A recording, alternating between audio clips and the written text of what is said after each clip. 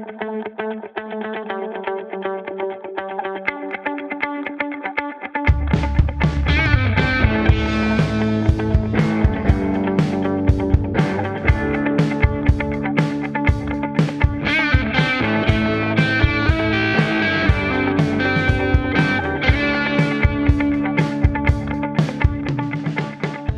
and welcome to the Left Hook Larry podcast. I'm Greg Checklin and I'll be joined alongside Ewan Chapman. We'll be discussing some of the latest UFC and boxing news. We'll give you our reactions to some of the biggest fights and much, much more.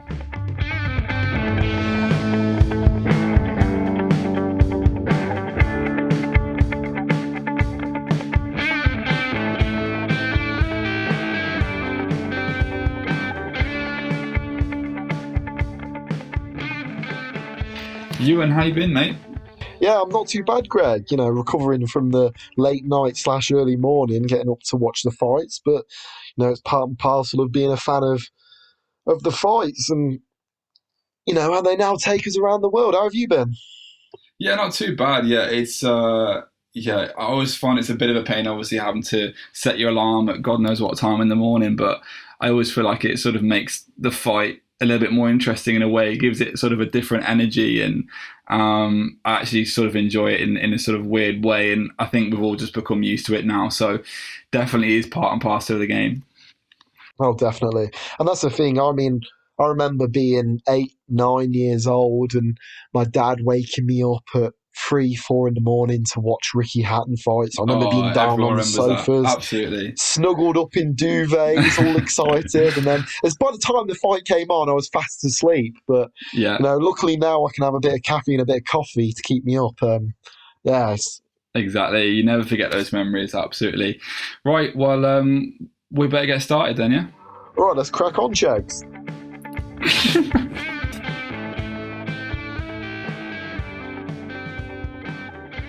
So we've obviously got to start with UFC 257 and the main event. So firstly, I just want to ask, what was your immediate reaction and sort of how did this fight play out versus what you genuinely expected or predicted before the fight? I feel like probably myself and most people were Conor McGregored by Conor McGregor. You know, we ate up everything that he was going to say to us. You know, he sold us down the river, and then what he delivered wasn't Conor McGregor. You know, looking back on the Conor McGregor that knocked out Jose Aldo in 13 seconds and the Conor McGregor that destroyed Eddie Alvarez, it was a different man.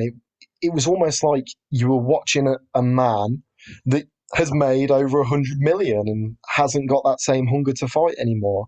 And watching Dustin be able to stand up to him and take his power, it was a humbling experience. I thought he just looked in incredible shape in the build-up to the fight, and that's something which really sort of stumped me after the fight.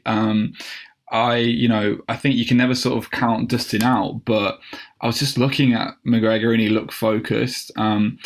Yes, obviously, you know, with McGregor, you're getting all the extra sort of flash and, you know, the flashy cars and the nice suits and things like that. But overall, I think he came across as pretty focused. He certainly was taking his conditioning seriously. And let's not forget, like, this is a division that McGregor, I think, is probably his best division in terms of where he actually fits weight-wise. So, I mean, I sort of didn't really understand where the excuses were coming from in sort of lack of ring rust. To be honest with you, he just didn't really look good enough overall. See, I felt fooled because Conor had said himself, I don't feel ring rust, and everyone had said Conor doesn't feel ring rust, including experts like Dan Hardy. Conor doesn't feel ring rust the same as other fighters, and I think I believe that, and I was buying into that, but I think it proved that Conor is exactly the same as every other fighter. He isn't this bigger than life figure that we all play him out to be. And I think that fight just proved that, because for me, I feel like lack of ring experience played a massive factor into that fight, Mhm. because the Conor on his way up in the featherweight division that knocked out Dustin Poirier wasn't the same Conor that we saw in that fight. Hmm. I mean, you say it wasn't the same Conor. It certainly looked as if that was the case because even his sort of fighting stance, it was very sort of square, like square on compared to how he used to fight. Definitely taking a more boxing approach. Do you think that possibly, his extra boxing training, particularly with it coming out now that potentially there was a fight with Manny Pacquiao after this, do you think that sort of boxing focus played a role in how he decided to fight? I think whether it was the fight with Mayweather, whether it's his own confidence to believe that boxing is the only tool that he needs, and well, not even boxing, just his left hand, is that the only tool he needs? I feel like that is partly what he was believing he could just count on. And if you look at his actual performance in the fight, I'm not claiming to be the best analyst, but as a boxer, I feel like I can understand seeing someone that's taken a boxing approach in an MMA fight. It was completely wrong, and and, and there were clear signs that he was losing the fight. There was clear signs that he was getting caught in places that he'd never been caught before, and I think it was just becoming obvious throughout the fight that he was relying way too heavily on his boxing stance, because realistically, when you're getting that low and you're not bringing your feet in and you're getting caught every time you're trying to overreach with your left hand, I mean, does that even show good boxing? Because realistically, how many boxers would be able to adjust to a situation like that? You see, fight like world class boxers would be able to adjust. Hmm. They'd be able to move their feet. They'd be able to Yeah. pull in and out. He wasn't able to do that. So whether it's Hmm. even an over dependence on boxing or just showing that he isn't able to adapt to what's presented to him in a fight, I feel like that plays a massive role. If it's not going one way for him, then it's not. Then he's not able to win the fight. Yeah, I completely agree with that because I think adaptability is something which he's shown that in general he doesn't really have. I think one criticism of McGregor over the years has been the fact that he is sort of a little bit one dimensional in his nature. It's that classic 1-2 and that quick left hand, and if the opponent isn't going down instantly the first time he connects, you can see, I think he sort of gets a little bit sort of put off by that, and I think it gets into his head. Well, what if I don't have the power to actually finish, Diaz or Khabib or whoever he is he's fighting, and if his opponent can sort of read that and figure it out, there's really, if he's not using his kicks like he wasn't, there's not really that much else to his boxing game. And if he is going to completely rely on his boxing, at least make it a little bit less one dimensional and not just have that sort of 1-2, jab straight that he throws a lot. And I think, Poirier was just able to read that. And once he'd sort of taken it on the chin and showed Conor that, he could take his best punch, it was quite clear that Poirier's boxing was far, far superior. And I think that's probably the most worrying thing to take out of this fight for Conor, because when he'd been beaten previously, it was all about him being out wrestled or just submitted or some other facet of the game where he's clearly not good enough. But to be beaten on the feet like that and just straight up knocked No out, doubt. it's really, really, like, it's tough to see where he goes from here, to be honest with you. How many of us would have predicted that Conor would have been finished on his Oh feet by no, Poirier? no one. And that's the thing. I mean, I feel yeah. like Poirier is such an unconventional boxing style that you feel unassuming. You don't suspect him of being the Hmm. beast in there that he is. And he does certain things so well, which he showed in that fight. Such, he was able to ride those shots from Conor, and it looks sloppy. It looks like he's getting hurt because he's falling back. But what he's actually doing is moving back and riding with shots. And as you see, Hmm. fighters like Canelo are able to ride out shots like that, and that's why they don't hurt them. Hmm. And it just shows Hmm. although it's not the most beautiful boxing style to watch, he does have a really good knowledge of the game, and to know Hmm. what to do just to get through it, and to take that power from Conor and to Hmm. come back and and to dominate him. But the Yeah. question for me is, why can Conor not face the adversity that other fighters can face? Because he said the leg kicks were this major factor in the fight that limited him. But then, I mean, 2 weeks before, we watched Max Holloway versus Calvin Kattar. The beating that Calvin Kattar took, Hmm. all over his body, and he was able to stand, he was able to fight the whole way through. Why is Conor not able to do that like other fighters?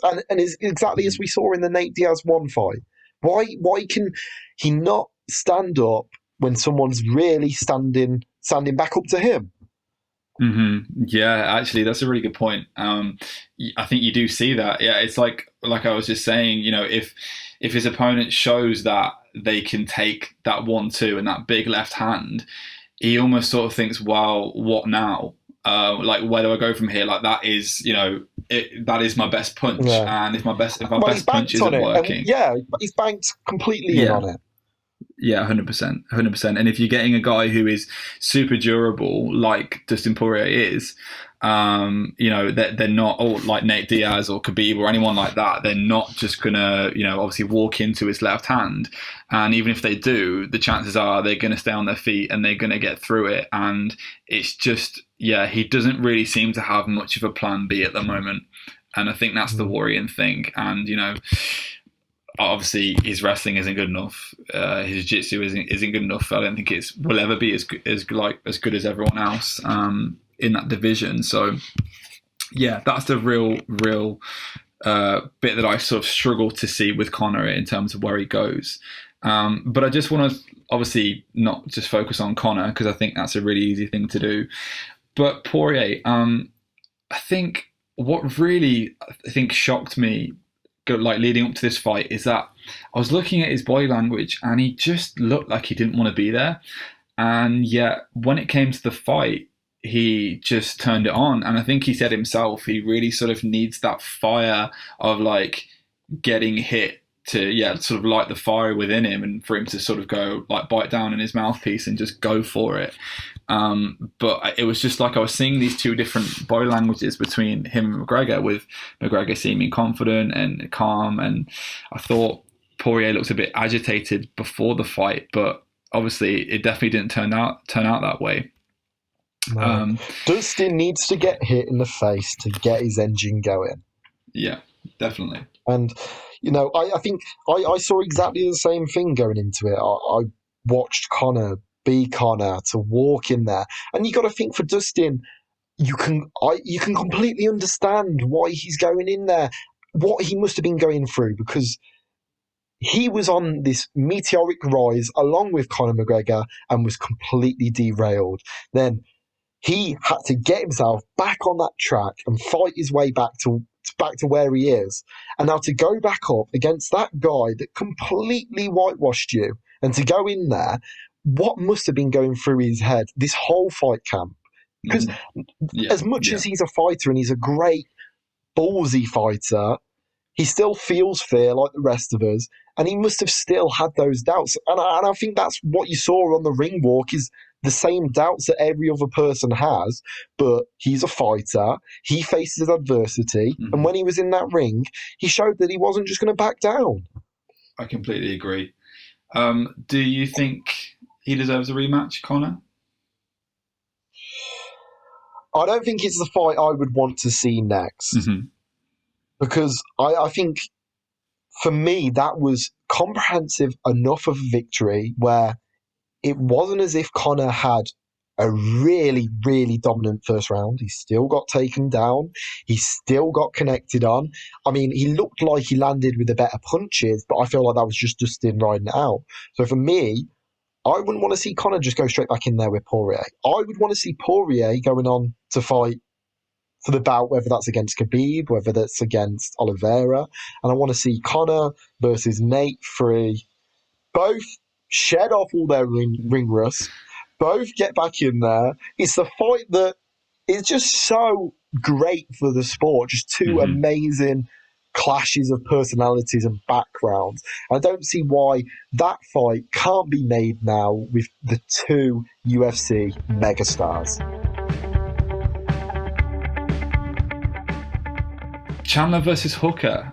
I mean, I really that was definitely a shock in my books. I mean, I guess it's always a thought of the unknown when a top guy comes in from another organization. Obviously, Ben Askren being the other main one that didn't quite go to plan. But this fight, just honestly, it actually baffled me. To be honest with you, Hooker just seemed to freeze. He really backed off. He didn't use his reach advantage. Chandler just walked forward, and I think he really proves how dangerous he is. And I think the sort of cliche or stereotypical American wrestler with a big right hand, he sort of proved exactly how effective that can be. And Hooker just didn't have an answer for it, essentially. Well, I feel like you need to hold on there. I feel like you are giving a lot of credit to Chandler here, but who was that Dan Hooker? Who was that Oh man? yeah, no, I That was completely not agree. the He same was Dan just, Hooker that yeah, we have seen time in and time out. That was not the same guy that fought Dustin Poirier. I don't know what happened. no, And that brings into question, how has he recovered from that Dustin Poirier fight? Because obviously he had to dig to the bottom of the well and fight, everyone says, and it's a bit of a cliche, but you can only dig to the bottom of that well so many times. Has he just lacked the ability to get back there, or is he still struggling from the psychology of that fight with Poirier? Because for me, that wasn't the Dan Hooker that we know that can stand there and trade and fight with anyone. yeah. And that's why I don't want to give Chandler the credit too much, because obviously it was a sensational knockout and an incredible performance, but was that against opposition that wanted to fight him back? Because judging from how he stepped in there, he wanted no piece of it. Oh no, he absolutely did not want to be there. It just, you could see the look on his face. It really just looked like, yeah, he really had nothing to fight for. And it was obviously quite apparent after the fight that, I mean, it looked like he was retiring. I mean, he took his gloves off. So that was a really sort of interesting turn up for the books. But I just cannot explain it. I mean, just looking at the fight itself, I watched it again earlier, and it just seemed like such a basic or fundamental mistakes that he was making in terms of, he just kept circling to his right to obviously try and invade that big right hand. He just kept circling and circling and circling, and obviously then Chandler thought, well, why didn't I just throw a left hook at him? And one left hook was all she wrote, essentially. That's all it took, and it just seemed like such a basic, fundamental striking error for a guy that has shown his ability to strike with some of the best strikers in the world, and having that reach advantage as well.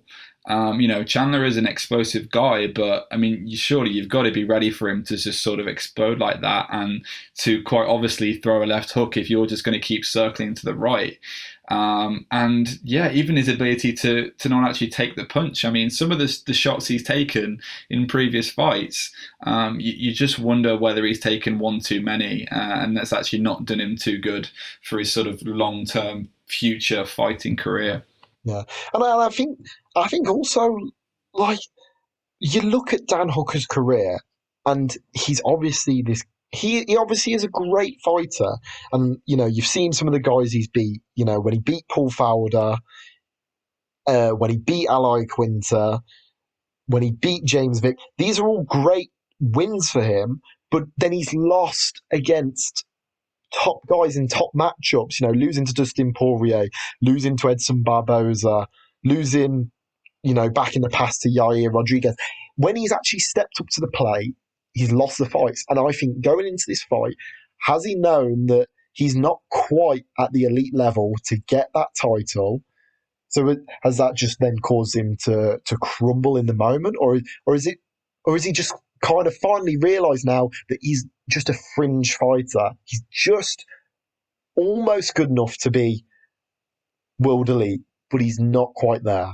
It's a good point. I really, really find it so puzzling, though. I mean, I was there in Melbourne, Australia, watching Dan Hooker fight Ally Quinta, and it was an absolute clinic. He used his distance, he used his reach advantage on, you look at Iaquinta, and he's probably a similar sort of fighter to Michael Chandler, albeit, not as accomplished, but essentially, that was the exact fight that's sort of how I saw this fight playing out, just like the Iaquinta fight.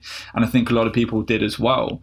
And so it's so puzzling to have watched that fight live and to then watch this fight, which seems like a similar matchup on paper, and to just have it, play out completely differently to what I expected. I just want to ask you though, where do you think this sort of puts Michael Chandler in terms of the top lightweights in the world? I want to see Michael Chandler back in there with someone that's going to stand up to him. And that's the thing, I feel like it didn't give us enough to learn about Michael. I want to see him get in there with someone like Justin Gaethje off the back of a performance like that. Someone that's really going to stand up to him, going to be able to wrestle with him, and going to be able to throw bombs with him and see how he stands up. Because Justin Gaethje's proved that he is a world-class fighter. So I want to see someone that's really going to stand toe to toe with him and throw. And I think then, going from a fight like that, I would happily watch Michael Chandler, if he comes through it, fight for a world title. But at the minute, going off a performance like that, which is obviously impressive, but he didn't face the adversity. He didn't face a game opponent, judging from what we saw. I don't think that's enough to say that he can go straight into a title shot. And I wouldn't say it's enough to go and fight Dustin Poirier next. For me, if I'm Dustin Poirier, I'm thinking give him more time. Give him another fight. Mm-hmm. Yeah. Let him prove that he's worthy of that fight with me. Because Dustin Poirier is a money man now. Absolutely. I mean, he's the guy to beat, really. Obviously, we've got Charles Oliveira as well, who I think has still gone a bit under the radar despite what he did to Tony Ferguson. I mean, obviously, Tony Ferguson now just looks a little bit, well, he's pretty much finished, isn't he, really? So I guess, would like to see Oliveira in there with, one of these other top lightweights, maybe him versus Gaethje or some kind of matchup like that. But really, I mean, those are the top guys, really, when it comes down to it. And I think really, although it was an impressive performance, like you say, it's going to be a real test for him when he comes up against one of the top guys. And I think Hooker. How can you write off Al Kukui? Oh, come on. He's finished. He's absolutely finished. I mean, surely that fight versus Khabib is still one we just want to see completed. No. I mean, do we want to leave it on unfinished business? I mean, you can say that he's past his best, but that is still a fight that we could see. And I'd still happily pay to watch. Oh, I'd pay to watch any day. I just think it's really not the fight that we would have got a couple of years ago, or however long it was, like when we tried to set up the first fight. If it had ever happened. Yeah, it's just, I think Tony just looks old now, though. That's the problem, really. And I think, Khabib just seemed like, well, I think that was the real shame, is that in his last fight, basically looked like he was in the prime of his life and essentially retired in his prime. And that's the sort of sad, but I guess also quite happy way in which he's finished his career, because, he's not become one of those fighters that stayed far too long, which you often see in UFC and boxing.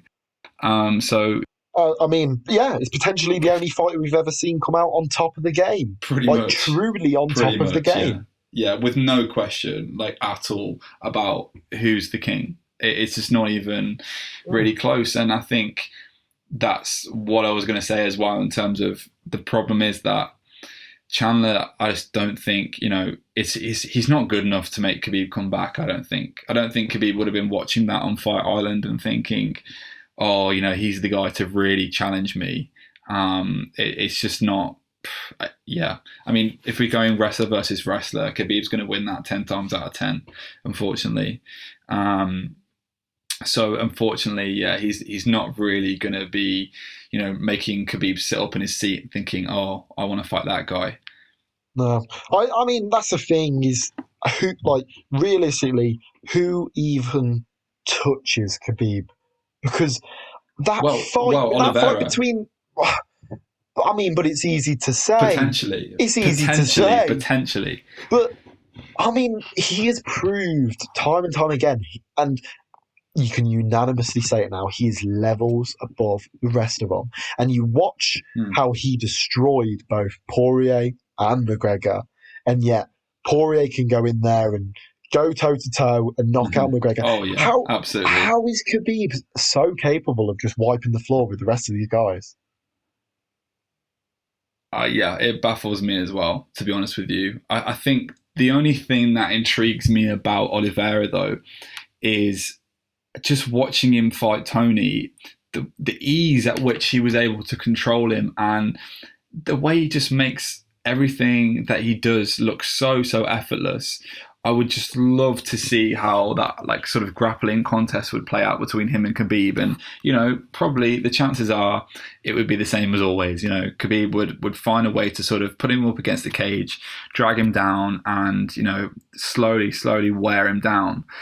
But there's just a slight sort of thought in the back of my mind thinking, well, what if that doesn't happen? And, you know, he's able to actually prove his, amazing jiu-jitsu and his amazing, incredible technique that he's got. And I think that just sort of just plays out in the back of my mind. I'm thinking, yeah, maybe he is the guy, because I think it's quite clear from here. It's not going to be some heavy-handed wrestler.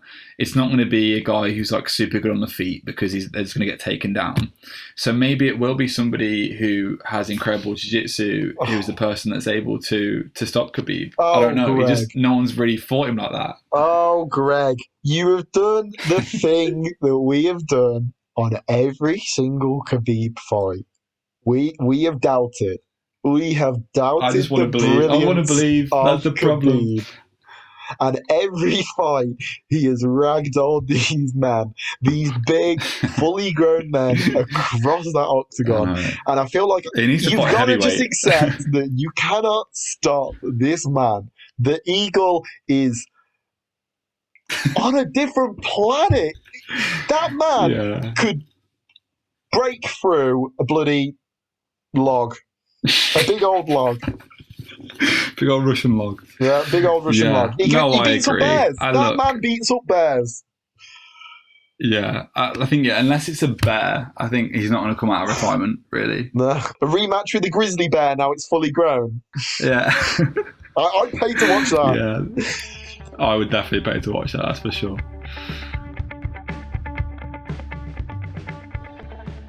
I just want to look ahead to some of the future fights that have been announced recently. One of those which definitely caught my eye was Stipe versus Francis Ngannou 2.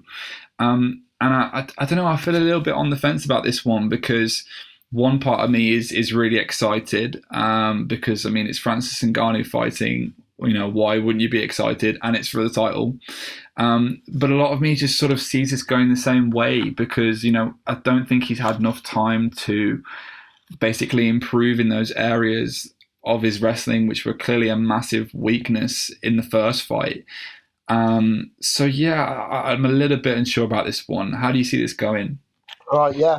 For me, I mean, we can see how Stipe was still troubled in the first fight, in the in the first fight by what Francis was throwing at him. And that's the thing with Francis, is that you're never going to be able to switch off. The threat is always there. And the question you have to ask is, who's improved most since the first time that they got in there? And we've seen Stipe go in. He lost to DC, then he came back with the 2 wins. And he's a skinny little man now. He has shrunk down, whereas there is nothing that has shrunk down about Ngannou. He is a beast. And I can tell you one thing for certain, that Francis would not have been Stipe's first pick for a fight, because he's just such a scary, such a devastating man. Mm-hmm. And whether he's improved enough in his wrestling is the question, but he is still the freak of nature that he always has been, and if not, even more so. Yeah, I think that definitely. I mean, you're right about you just can't take your eyes off it, can you? Really? I mean, when you're watching a Francis fight, because it could be over in a round. Well, it could be over in the fifth round. That You man never is a know. freak. Yeah, he's an absolute freak of nature. Um, and I think in some ways, I think Stipe sort of enjoys fighting him in a sort of weird way because it's all about Francis, and it's sort of like because Stipe is a sort of quite a normal character, and I think his fights are obviously exciting, but he sort of needs to be in there with the right guy to produce an exciting fight. Whereas, most of the time, apart from obviously the Derek Lewis fight, Francis's fights are just so exciting, and I think it's quite clear to see that Dana wants Francis to be the heavyweight champion.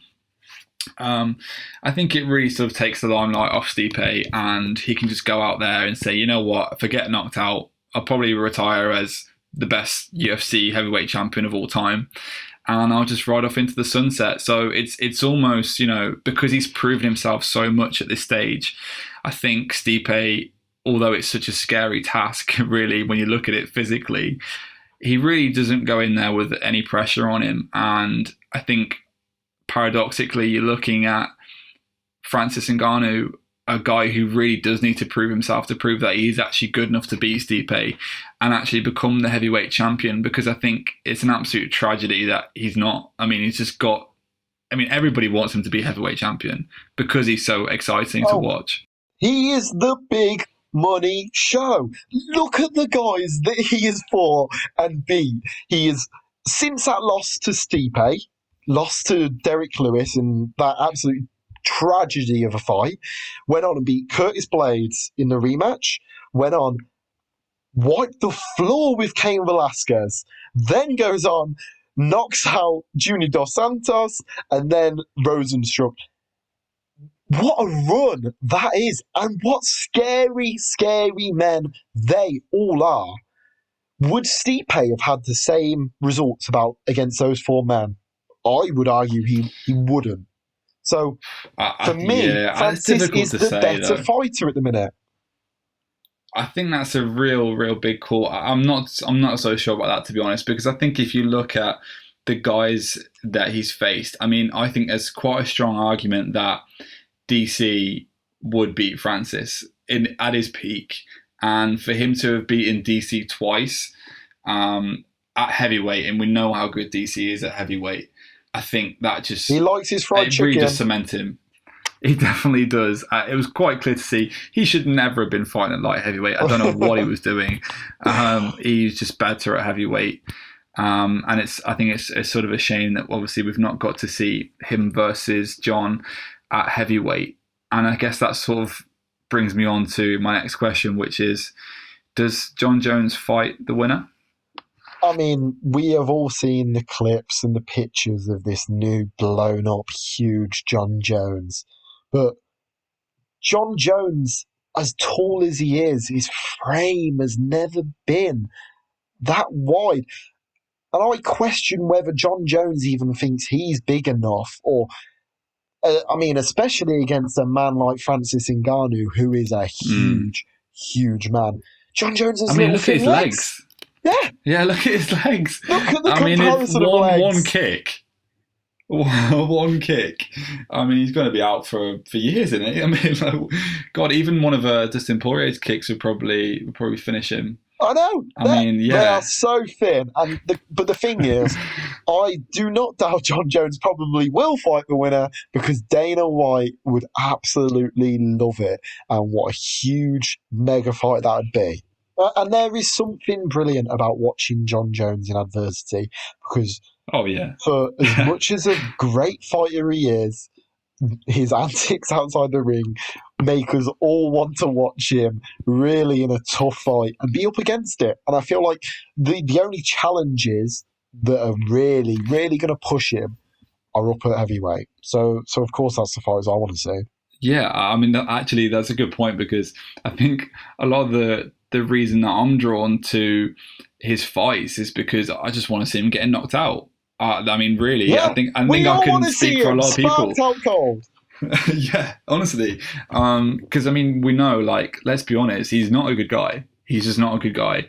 And, No. the way that he sort of, yeah, obviously violated, USADA rules, and clearly just given no respect to the fighters in the way that he's fought, with the eye pokes and everything like that. I don't like him as a guy, and I think I speak on behalf of a lot of people when I say I would absolutely love him to get knocked out, to be honest with you, which is, we all don't like him as a guy. No, but he yeah, is a no, phenomenal fighter, and it is gut wrenching to have to admit. yeah, absolutely.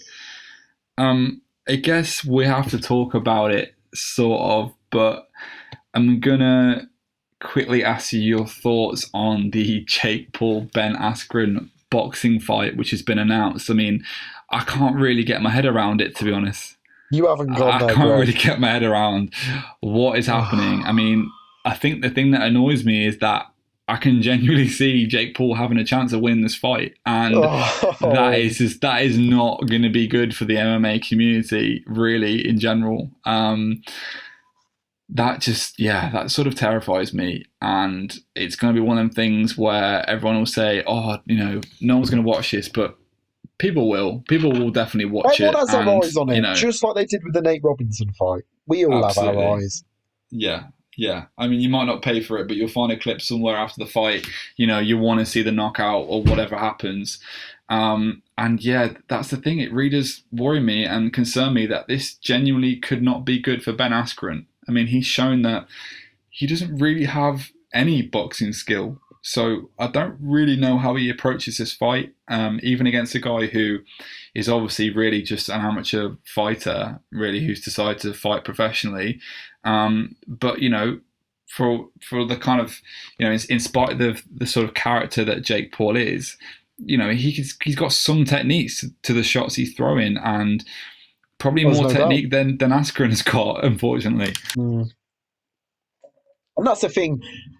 I mean, the fights that we've seen Ben Askren in the UFC, I mean, we haven't even been able to see his stand up inside of the UFC because the fight against Robbie Lawler ended up all on the ground, and the fight against Jorge Masvidal, he was knocked out cold with a knee. So we don't know how good this guy's stand-up game is. How good is he at boxing? Yeah, The only thing we do know is he's amazing at wrestling, which does not help in this fight at all. And absolutely. and that's the thing is Jake Paul, as much as it pains me to say, he has some boxing ability and probably has better boxing ability than a trained fighter. But It's that's yeah. because the trained fighters only trained in wrestling. It just baffles me though. I mean, surely, yes, obviously boxing is so important to MMA. Like everybody knows that. But one of the first things you do, throw a jab, throw an overhand right. I mean, that's the fundamentals of fighting in general. Regardless of obviously not just in boxing, but in fighting, whether it be a street fight, a cage fight, any sort of fight you're in, if you can't throw a jab and a right hand, left hook or whatever, you're like, what are you doing? I mean, surely he's had enough training, you would think, Ben Askren, of just how to throw a punch, essentially, even You if he doesn't you would punch in hope. fights. You would hope. But what you've got to remember is this isn't a man that's from the age of 9, the age of 10, like a lot of these fighters, that'd be in a sweaty gym, practicing their stand up, working on boxing, working on kickboxing, working on Muay Thai. This is a man that is amazing at his one game, and that is being on the mat and wrestling. So it's really. He as well is a novice to the world of stand up. So it ultimately is a fight between two novices. And the main thing for me is, was Ben Askren the main choice for Jake Paul? He is stepping up as a substitute for Dylan Dennis.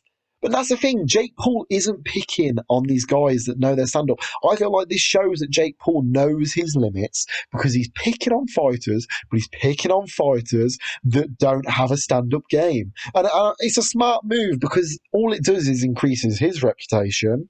But Yeah, at the end of the day, for us that are in fighting and understand the understand fighting and the levels that go to it, these guys aren't stand up fighters, and I don't expect them to have an incredible stand-up game. I obviously expect them to have a stand-up game in general, because they have to practice. But we can understand that Dylan Dennis isn't calling out the amazing boxes. Jake Paul isn't calling out these amazing boxes. I feel like he understands his own limitations. Yeah, look, I don't blame him for it at all. I would do the exact same thing. If I was him, get your money, get in there, get out. Don't get hit.